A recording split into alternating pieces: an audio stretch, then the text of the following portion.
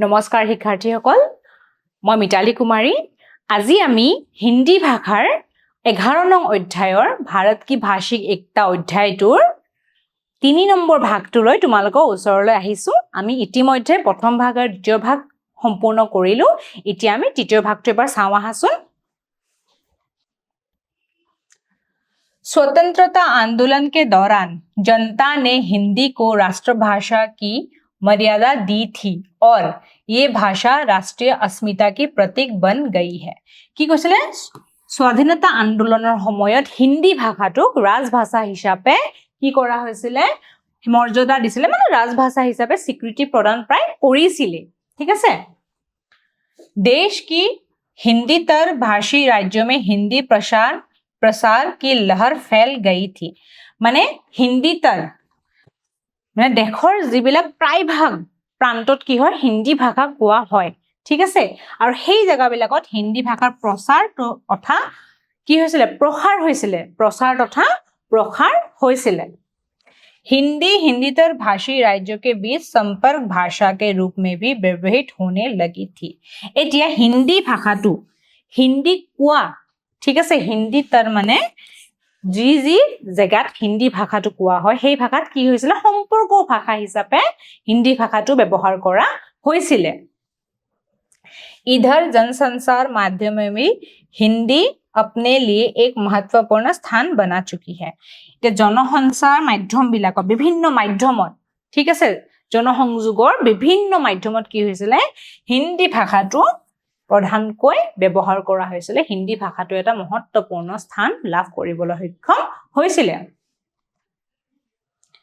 विभिन्न पत्र पत्रिकाएं फिल्म टीवी सीरियल विज्ञापन आदि में हिंदी का प्रयोग होने लगा है और ये देश भर में संप्रसारित भी होते हैं इते में पाए हिसु जे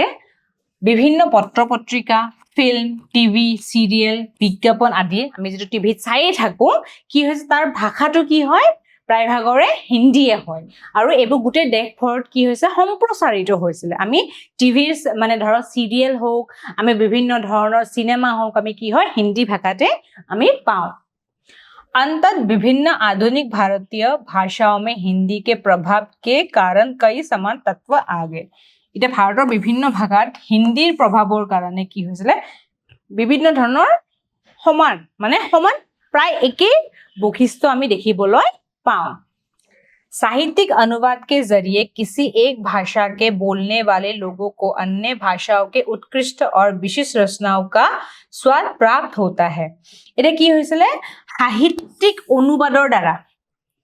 আমি সাহিত্যিক কিছুমান গ্ৰন্থৰ অনুবাদৰ দ্বাৰা কি হয় বিভিন্ন ভাষাৰ বস্তু বেলেগ ভাষাত আমি পঢ়িবলৈ পাওঁ ঠিক আছে उत्कृष्ट और विशिष्ट रचना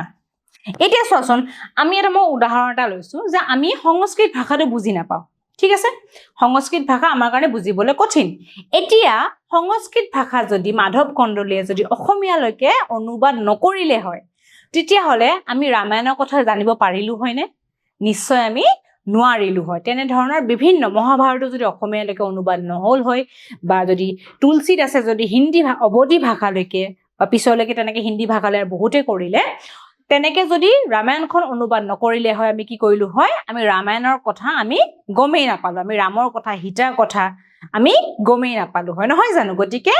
সাহিত্যিক অনুবাদৰ দ্বাৰা কোনো এটা ভাষাৰ উৎকৃষ্ট ৰচনাবোৰ আমি কি হয় নিজৰ ভাষালে অনুবাদ কৰি আমি পঢ়ি কিনে সেই গ্ৰন্থখনৰ লাভ উঠাব পাৰো इसके अलावा भाषिक समृद्धि में भी साहित्यिक अनुवाद का महत्वपूर्ण योगदान है এটা কোৱাচোন ভাষিক সমৃদ্ধিত এটা ভাষা সমৃদ্ধ কৰাৰ কাৰণে কি হয় এই সাহিত্যিক অনুবাদবোৰে কি কৰে উৎকৃষ্ট ভূমিকা পালন কৰে हिंदी के प्रयोग क्षेत्र में विस्तार तथा स्थानीय भाषाओं में भी विभिन्न विषय के पारिभाषिक शब्दावली निर्माण कार्य को अनुवाद से काफी सहायता मिली याद की कहे हिंदी प्रयोग क्षेत्र में विस्तार तथा स्थानीय भाषाओं में विभिन्न विषय की पारिभाषिक शब्दावली निर्माण कार्य को अनुवाद से माने इते सोआ विभिन्न भाषार विभिन्न शब्दৰ বিষয়ে আমি যেটা নাজানো তিতে কি হৈছিল অনুবাদে অনুবাদে কি কৰিছিলে কোনোবা এটা ভাষা জনাত আমাক সহায় কৰিছিলে এই শব্দাৱলী শব্দ ভাণ্ডাৰৰ বিষয়ে জনাত কি কৰিছিলে আমাক সহায় কৰিছিলে विभिन्न भाषाओं के पारस्परिक सहयोग से काफी शब्दों का विकास और निर्माण हुआ এতিয়া কি হৈছে যে কৈছে বিভিন্ন ভাষাৰ পাৰস্পৰিক সহযোগত এটাই আনটোক সহায় কৰাৰ ফলত काफी शब्दों का विकास और निर्माण हुआ বিভিন্ন ধৰণৰ শব্দৰ কি হৈছিল বিকাশ হৈছিল আৰু বিভিন্ন ন শব্দ তৈয়াৰো হৈছিল कुछ क्षेत्रों में अंतरराष्ट्रीय शब्दावली का भी प्रयोग स्वीकृत हुआ विभिन्न क्षेत्र अंतरराष्ट्रीय शब्दावली हाँ आमार देशर बाहिৰৰ अंतरराष्ट्रीय शब्दावलीर की হৈছিল प्रयोगको स्वीकृति प्रदान करा হৈছিল इन सभी कारणों से आधुनिक भारतीय भाषाओं में पारस्परिक संपर्क बढ़ने लगा এইবিলাক কাৰণতে বিভিন্ন ধৰণৰ বৈশিষ্ট্য বা বিভিন্ন ধৰণৰ কাৰণৰ কি হৈছিল ভাৰতবৰ্ষৰ আধুনিক ভাৰতীয় ভাষা যিমান বিলাক আধুনিক ভাৰতীয় ভাষা আছে তাৰ মাজত কি হৈছিল সম্পৰ্কটো বাঢ়ি আহিছিল ভাষা में सामान्य तत्व की वृद्धि हुई ভাষা সমূহৰ মাজত কি হৈছিল বিভিন্ন তত্ত্ব একে তত্ত্ব দেখিবলৈ পোৱা গৈছিল একে বৈশিষ্ট্য দেখিবলৈ পোৱা গৈছিল भाषिक एकता के लिए ये एक बहुत ही महत्वपूर्ण बात है এটা ভাষিক একতাটো বঢ়াই ৰাখিবৰ কাৰণে ভাষিক একতাটো আমি বজাই ৰাখিবৰ কাৰণে কি হৈছিল এইটো এটা খুব গুৰুত্বপূৰ্ণ কথা বুলি ক'ব লাগিব भारत की विभिन्न भाषाओं की लिपियां भी भिन्न-भिन्न है ইয়াত কি কোৱা হৈছে ভাৰতৰ বিভিন্ন যেহেতু ভাষা বিভিন্ন গতিকে কি হৈছে লিপিও বিভিন্ন হ'ব উদাহৰণ हिंदी भाषा की लिपि देवनागरी है আমি অলপ আগতে পাই আহিছো যে হিন্দী ভাষাৰ লিপি কি হ'ব দেৱনাগৰী লিপি এটো বস্তু ভালকে মনত ৰাখিবা पंजाबी की गुरुमुखी पंजाबी भाषार लिपिটোৰ নাম কি হৈছে गुरुमुखी इसी प्रकार असमिया उड़िया तमिल तेलुगु आदि भाषाओं की लिपियां अलग-अलग है এইদৰে অসমীয়া বা প্ৰত্যেক ভাষাৰে উড়িয়া হওক তামিল তেলুগু হওক সকলোৰে লিপিবোৰ কি হৈছে বেলেগ বেলেগ হয় परंतु जिस तरह अनेक आधुनिक भारतीय भाषाएं संस्कृत से उत्पन्न है उसी प्रकार अनेक आधुनिक भारतीय लिपियां प्राचीन भारत में प्रचलित ब्राह्मी लिपि से उत्पन्न है এটা খুব গুৰুত্বপূৰ্ণ কথা যে আমাৰ ভাৰতবৰ্ষৰ বিভিন্ন ভাষা সংস্কৃতৰ পৰা আহিছে মূল ৰূপটো কি হয় সংস্কৃত ঠিক আছে ঠিক তেনেদৰে আমাৰ ভাৰতৰ বিভিন্ন লিপিৰ মূল কি হ'ব ব্ৰাহ্মী লিপি এটো তোমালোকে ভালদৰে মনত ৰাখিবা যে আমাৰ ভাৰতৰ বিভিন্ন ভাষাৰ মূল লিপিখন আমাৰ লিপি বিলাকৰ যিবিলাক ভাৰতৰ বিভিন্ন লিপি আছে যেনেকৈ দেৱনাগৰী লিপি গুৰুমুখী লিপি আৰু বিভিন্ন ধৰণৰ লিপি আছে সেই লিপি বিলাকৰ মূল কি হ'ব ব্ৰাহ্মী লিপি এটো বস্তু মনত ৰাখিবা गौर से देखने पर विभिन्न लिपियों में कुछ ना कुछ समता दिखाई पड़ती ही है ইয়াত কি কোৱা হৈছে আমি যদি ভালদৰে চাও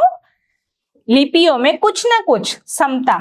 কিবা নহয় কিবা সামঞ্জস্য আমি দেখিবলৈ পাও এটা এটা এখন ফটো দিছে এক प्राचीन ग्रंथ के कुछ पन्ने এই प्राचीन গ্ৰন্থবোৰ এনেকুৱা আছিল হাসি পাতত লিখা হৈছিল এই प्राचीन গ্ৰন্থবোৰ এনেকুৱা আছিল कुछ पन्ने মানে কেইটামান পাত ইয়াতে তোমালোকক দেখুৱা হৈছে कई भाषाओं की अपनी लिपि न होने के कारण बाद में लिखने के लिए सुविधानुसार देवनागरी या रोमन लिपि ग्रहण कर ली गई है কি কৰিছিলে বিভিন্ন ভাষাত নিজস্ব লিপি নোহোৱাৰ বাবে সুবিধাৰ বাবে কাৰণ ভাষাটো আগবঢ়াই নিবই লাগিব গতিকে সুবিধাৰ বাবে কি কৰিছিলে দেৱনাগৰী বা ৰোমান লিপি গ্ৰহণ কৰিছিলে এতিয়া ৰোমান লিপিৰ এটা ভাষাৰ নাম আমি জানোৱে নিশ্চয় ইংৰাজী ভাষা হয়নে নাই ইংৰাজী ভাষাটোৰ লিপিটো কি হ'ল ৰোমান লিপি ঠিক আছে এতিয়া তোমালোকৰ এটা দেৱনাগৰী দেৱনাগৰী লিপিৰ মই আৰু এটা উদাহৰণ দিওঁ নেপালী ভাষাটো কি হৈছে নেপালী ভাষাৰ যোনটো লিপি হয় সেইটো देवनागरी लिपि ठीक है इस प्रकार लिपि भी एक तरह से भाषिक एकता की निर्वाह करती है हेदरे लिपिও ভাৰতীয় ভাষিক একতাৰ এটা গুৰুত্বপূৰ্ণ অংগ বা বৈশিষ্ট্য বুলি আমি ক'ব পৰা যায় भारतीय समाज की बहुभाषिकता जिस प्रकार कुछ समस्याओं का कारण बनती है उस प्रकार भाषाओं के विकास में सहायक भी सिद्ध होती है। এতিয়া চোৱা বহুভাষিকতা কেতিয়াবা কি হয় সমস্যা হয় বহুভাষিকতাত কেতিয়াবা সমস্যা আহে কিন্তু বহুভাষিকতাৰ বাবে বিভিন্ন সহায়ও হয় বহুভাষিকতা কি কয় আমাৰ ভাৰতবৰ্ষত ভাষিক একতাটো বজায়ও ৰাখে। पिछड़ी हुई भाषाओं के विकास के लिए उन भाषाओं के क्षेत्र के आसपास व्यवहार होने वाले विकसित भाषाओं से सहायता ली जा सकती है। কিছুমান ভাষা একদম পিছপৰা ভাষা এতিয়া সেই ভাষাখিনিৰ মানুহে বিকশিত ভাষাৰ সহায় লৈ কি কৰিব পাৰে আগবাঢ়িব পাৰে। भाषा के विकास के लिए हमारे मन में अपनी अपनी भाषाओं के प्रति श्रद्धा और सम्मान का भाव होना अति आवश्यक है। এটা ভাষাৰ বিকাশৰ কাৰণে কি আমাৰ মনত ভাষাটোৰ প্ৰতি শ্ৰদ্ধা তথা সন্মানৰ ভাৱ থাকিব লাগিব। আমি যদি নিজৰ ভাষাটোকে ভাল নাপাওঁ নিজৰ ভাষাটো কৈ লিখি ভাল নাপাওঁ তেতিয়াহ'লে আমাৰ ভাষাৰ বিকাশ হ'ব জানো? আমি যেহেতু অসমীয়া গতিকে আমি অসমীয়া ভাষাৰ প্ৰয়োগ অধিক কৰিব লাগিব অসমীয়া ভাষা আমি লিখিব লাগিব আমি সকলোৱে নিজৰ নিজৰ মাতৃভাষাটো আমি জনাটো অতিকে প্ৰয়োজনীয়। ঠিক আছে? अगर हम अपनी भाषा को सम्मान नहीं देंगे उसका व्यवहार करना शर्म की बात समझेंगे तो उसका विकास नहीं हो पाएगा। এটা ইয়াত কি কোৱা হৈছে আমি যদি নিজৰ ভাষাটো সন্মানেই নিদু নিজৰ ভাষাটো যদি ব্যৱহাৰেই নকৰো লাজ পাওঁ তেতিয়া আমাৰ ভাষাটোৰ বিকাশ হ'ব জানো? নিশ্চয় নহয়। আজিকালি কি হয় আমাৰ অসমীয়া ভাষা ক'বলৈ মানুহে লাজেই কৰে আমাৰ ছোৱালীজনীয়ে অসমীয়া নোৱাৰেই ক'ব কাৰণে আমি কি হয় খুৰা পেহা মহা আমি বাদ দি আজিকালি কি কওঁ আংকল আন্টি বুলি কওঁ আমি নিজৰ ভাষাটো আমি নিজেই এৰি আছো আৰু সেইটো এটা খুব বেয়া কথা হেনেকে ভাষাৰ বিকাশটো নহব। আমি আজিকালি কি হয় আমি কেতিয়াবা তোমালোকে চাবাচোন যেতিয়া আলহী আহে ঘৰলৈ মা দেউতা কি কয় যে আংকলক ৰাইম এটা শুনাই দিয়াচোন টুইংকল টুইংকল আমি কওঁ নেকি যে খুৰা বা পেহাক বা মামাক অসমৰ কিবা এটা অসমীয়া কিবা এটা পদ্য বা কিবা এটা কবিতা শুনাবলৈ আমি কওঁ নেকি? আমি নকওঁ আমি লগালগ কি কওঁ Johnny Johnny yes papa twinkle twinkle little star হে আমি মাতিবলৈ দিওঁ। তেতিয়া কি হয় আমি ইংৰাজী জনা মানে নিজকে আমি খুব স্মাৰ্ট বুলি ভাবো কিন্তু আমি কি হয় আমি নিজৰ মাতৃভাষাটো আমি ভালদৰে জানিব লাগে আমি সকলো ভাষাই জানিব লাগে কিন্তু নিজৰ ভাষাটো জীয়াই ৰাখিবৰ কাৰণে আমি ভাষাটো ক'বও লাগিব ভাষাটো আমি লিখিবও লাগিব আৰু সেই ভাষাটোৰ প্ৰচুৰ পৰিমাণে ব্যৱহাৰ কৰিব লাগিব আৰু তাত কোনো ধৰণৰ লাজ থাকিব নালাগিব। एक समय ऐसा आएगा जब वो भाषा मृत भाषा कहलाएगी। যেতিয়া আমি নিজৰ ভাষাটো নকম ব্যৱহাৰেই নকৰিম নপঢ়িম ব্যৱহাৰ নকৰিম তেতিয়া কি হ'ব আমাৰ ভাষাটো মৰি যাব ভাষা কোৱা মানুহ নোহোৱা হৈ যাব নোহোৱা হোৱাৰ পিছত ভাষাটো কি হ'ব লাহে লাহে মৰি যাব। हमारे देश में अब अनेक भाषाएं संकटग्रस्त भाषाओं की तालिका में सन्निविष्ट है। আমাৰ ভাৰতবৰ্ষৰ এনেকুৱা বিভিন্ন ভাষা আছে যেতিয়া এটা কি হৈছিল সংকটগ্ৰস্ত হৈছে লাহে লাহে সেই ভাষা কোৱা মানুহ নোহোৱা হৈ আহিছে যাৰ ফলত ভাষাটো বিপদাপন্ন হৈ আহিছে। हमें अपनी भाषा को ऐसा होने से रोकना होगा। আমি নিজৰ ভাষাটো ভাল পাব লাগিব আৰু যাতে ভাষাটো কেতিয়াও মৰি নাযায় নিজ মাতৃভাষাটো যাতে কেতিয়াও মৰি নাযায় আমি তাৰ বাবে অপ্ৰাণ চেষ্টা কৰিব লাগিব। अपनी भाषा की तरह ही अन्य भाषाओं के प्रति भी श्रद्धा और सम्मान का भाव रखना चाहिए। এতিয়া এনেকুৱা নহয় যে আমি নিজ মাতৃভাষাটো ভাল পাওঁ কাৰণে অকল নিজ মাতৃভাষাটোকে কম তেনেকুৱাও নহয় আমি নিজৰ ভাষাৰ বাহিৰে আন ভাষা যেনেকৈ হিন্দী হওক ইংৰাজী হওক বঙালী হওক বা বেলেগ বিভিন্ন ভাষাৰ প্ৰতি আমাৰ সন্মানৰ ভাৱটো শ্ৰদ্ধাৰ ভাৱটো ৰাখিব লাগিব। ঠিক আছে? हम जितनी अधिक भाषाएं सीखेंगे उतनी अधिक अपनी भाषा का विकास करने का सामर्थ्य प्राप्त करेंगे। আমি যিমানেই ভাষা শিকো আমাৰ নিজৰ কাৰণে ভাল কিয় কৈছো এতিয়া আমি হিন্দী শিকি আছো ঠিক আছে আমি এতিয়া যদি হিন্দী জানো আমি কি হয় আমি অসমৰ বাহিৰৰ বিভিন্ন জায়গাত আমি ঘূৰি মানুহৰ লগত যোগাযোগ স্থাপন কৰিব পাৰিম। আমি যদি ইংৰাজী ভাষা শিকো আমি বাহিৰত যাই ঠিক আছে আমি বাহিৰত যাই পেলাই কি কৰিব পাৰিম মানুহৰ লগত যোগাযোগ কৰিব পাৰিম আমি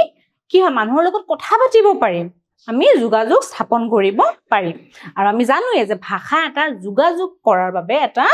গুৰুত্বপূৰ্ণ মাধ্যম হয় भाषाओं के बीच आदान प्रदान जितना बढ़ेगा उतना ही ज्ञान का प्रसार होगा और भाषाओं की श्रीवृद्धि होगी এতিয়া ভাষাবিলাকৰ মাজত যিমান আদান প্ৰদান হয় এতিয়া চোৱা আমি হিন্দী ভাষাটো পঢ়ি আছো আমি যদি হিন্দী ভাষাটো ক'বই নাজানিলো হয় বুজিয়ে নাপালো হয় আমি হিন্দীত কিনো লিখিছে আমি কেনেকৈ গম পালো হয় বা ইংৰাজীত কিনো লিখিছে আমি কেনেকৈ গম পালো হয় গতিকে আমি সেই ভাষাটো শ্ৰীবৃদ্ধিৰ বাবে আৰু নিজৰ ভাষাটোক জীয়াই ৰাখিবৰ কাৰণে আমি চেষ্টা চলাব লাগিব আমি যিমান ভাষা শিকো এনেকুৱা নহয় যে নিজ মাতৃভাষাটো শিকি আমি বহি থাকিব লাগিব আমি সকলো ধৰণৰ ভাষা আমি শিকিবলৈ চেষ্টা কৰিব লাগে আমি যিমান পাৰো চেষ্টা কৰিব লাগে विभिन्न भाषाओं के बीच पारस्परिक संपर्क में ही भाषिक एकता भी समाहित होती है এটা কি কোৱা হৈছে যে বিভিন্ন ভাষাৰ মাজত পাৰস্পৰিক সম্পৰ্ক বিভিন্ন ভাষাৰ মাজত যিবিলাক পাৰস্পৰিক সম্পৰ্ক আছে সেই পাৰস্পৰিক সম্পৰ্কবিলাকতে কি হৈছে ভাষিক একতাটো সমাহিত হৈ আছে ভাষিক একতাটো সন্নিবিষ্ট হৈ আছে গতিকে আমি সকলো ধৰণৰ ভাষা জনাটো শিকাটো বুজাটো খুবেই প্ৰয়োজনীয় इतिया सबा याते এটা দিছে भारतीय संविधान की 8वीं अनुसूची में स्वीकृत 22 भाषाओं के नाम इटा কি হৈছে সংবিধানে যে অষ্টম অনুসূচিত 22টা ভাষাক স্বীকৃতি প্ৰদান কৰিছিলে সেই 22টা ভাষা ইয়াতে দিয়া হৈছে তোমালোকে ভালকে এবাৰ চাবা असमिया ओडिया उर्दू कन्नड़ कश्मीरी कोंकणी गुजराती डोगरी तमिल तेलुगु नेपाली पंजाबी बोरो बांग्ला मलयालम मणिपुरी मराठी मैथिली संथाली संस्कृत सिंधी हिंदी এই 22টা ভাষা ভাৰতীয় সংবিধানে অষ্টম অনুসূচিত স্বীকৃতি প্ৰদান কৰিছে এতিয়া আমি এক গুটে পাঠটো সমাপ্ত হল এতিয়া আমি এবাৰ মূল্যাঙ্কনৰ প্ৰশ্নখিনিলে আহো हिंदी भाषा की लिपि देवनागरी है আমি মাত্ৰ পঢ়ি আহিলো যে হিন্দী ভাষাৰ লিপিটো দেৱনাগৰী হয় গতিকে এইটো হ'ব সত্য এতিয়া আমি দ্বিতীয় প্ৰশ্নটোলৈকে আহো पंजाबी भाषा की लिपि गुरुमुखी है আমি পঢ়ি আহিছো যে पंजाबी ভাষাৰ লিপিটো কি হয় গুৰুমুখী লিপি গতিকে এইটো কি হ'ব সত্য হ'ব अपनी भाषा की तरह ही अन्य भाषाओं के प्रति भी श्रद्धा और सम्मान का भाव रखना नहीं चाहिए आन भाषार प्रति निजर भाषा तथा आन भाषार प्रति श्रद्धा तथा सम्मान राखिब नालागे एतो हसाने एटा 3 নম্বৰ हुदा হৈছে एतो हसाने मिसा एतो निश्चय असत्य হ'ব एतो मिसा एतो হ'বই নোৱাৰে কি আমি নিজৰ ভাষা তথা অন্য ভাষাৰ প্ৰতি শ্ৰদ্ধা তথা সম্মান ৰাখিব লাগে ঠিক আছে আশা কৰো তোমালোকে এই পাঠটি ভালদৰে বুজি পাইছা আজিলৈ ইয়াতে সামৰিছো ধন্যবাদ